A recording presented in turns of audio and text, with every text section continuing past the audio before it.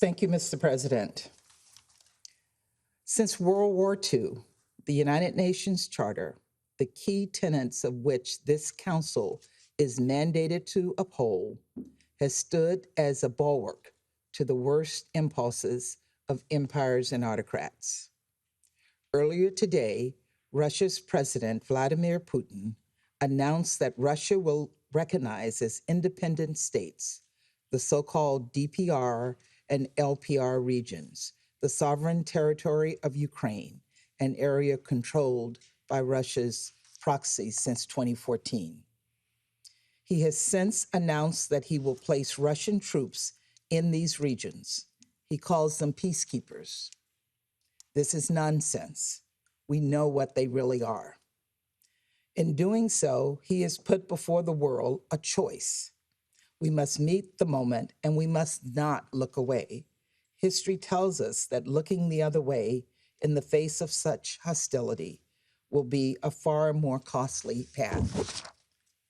Russia's clear attack on Ukraine's sovereignty and territorial integrity is unprovoked. It is an attack on Ukraine's status as a UN member state. It violates a basic principle of international law, and it defies our charter. What is more, this move by President Putin is clearly the basis for Russia's attempt to create a pretext for a further invasion of Ukraine. The consequences of this action will be felt far beyond Ukraine's borders. We do not have to guess at President Putin's motives. Today, President Putin made a series of outrageous false claims about Ukraine aimed at creating a pretext for war, and immediately thereafter announced Russian troops are entering the Donbass. He claimed that Ukraine is seeking nuclear weapons from the West. This is not true. Ukraine is, in fact, one of only 4 countries to have voluntarily surrendered their nuclear weapons. The United States and our allies have no intention of supplying nuclear weapons to Ukraine, and Ukraine doesn't want them. And then President Putin asserted that Russia today has a rightful claim to all territories from the Russian Empire, the same Russian Empire from before the Soviet Union, from over 100 years ago. That includes all of Ukraine.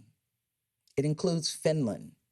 It includes Belarus and Georgia and Moldova, Kazakhstan, Kyrgyzstan, and Tajikistan, Turkmenistan, Uzbekistan, and Lithuania, Latvia and Estonia.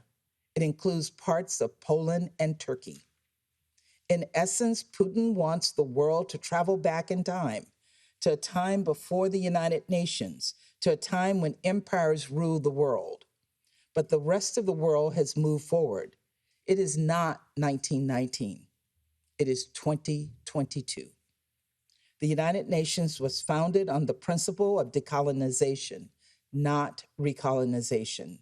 And we believe the vast majority of UN member states and the UN Security Council are committed to moving forward, not going back in time.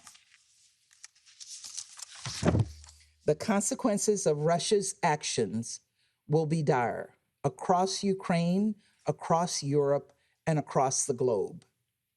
In our past 2 meetings on Ukraine, I've mentioned nearly 3 million Ukrainians will need food, shelter, and life-saving assistance right now. The UN estimates the humanitarian toll will expand significantly should Russia further invade. Already, Russian proxies dramatically increased shelling and artillery fire over the weekend, killing Ukrainian civilians and soldiers.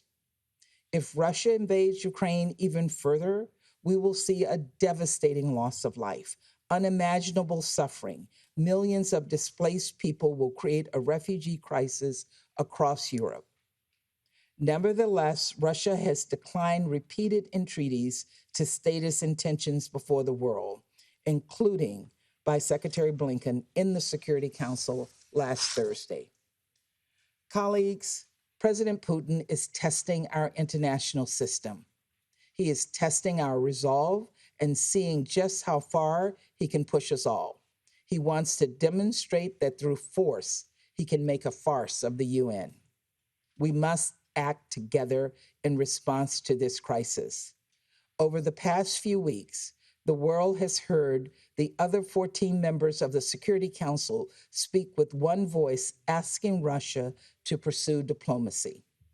Other members of this council, even those who often align with Russia on other matters, have been clear that the sovereignty, independence, and territorial integrity of every UN member state should be respected and safeguarded, including Ukraine. That this is a basic norm of international relations and that it embodies the purpose of the UN Charter. The sequence of events that Secretary Blinken spelled out for this council last Thursday appear to be proceeding exactly as he predicted. Today, President Putin has torn the Minsk agreement to shreds. We have been clear that we do not believe he will stop at that. In light of President Putin's latest actions, we must all stand up for the principles upon which this organization was founded. President Biden issued an executive order today that will prohibit new investment, trade, and financing in the so-called DPR and LPR regions. Tomorrow, the United States will take further measures to hold Russia accountable for this clear violation of international law and Ukraine's sovereignty and territorial integrity. But we and our partners have been clear that there will be a swift and severe response were Russia to further invade Ukraine. In this moment, no one can stand on the sidelines.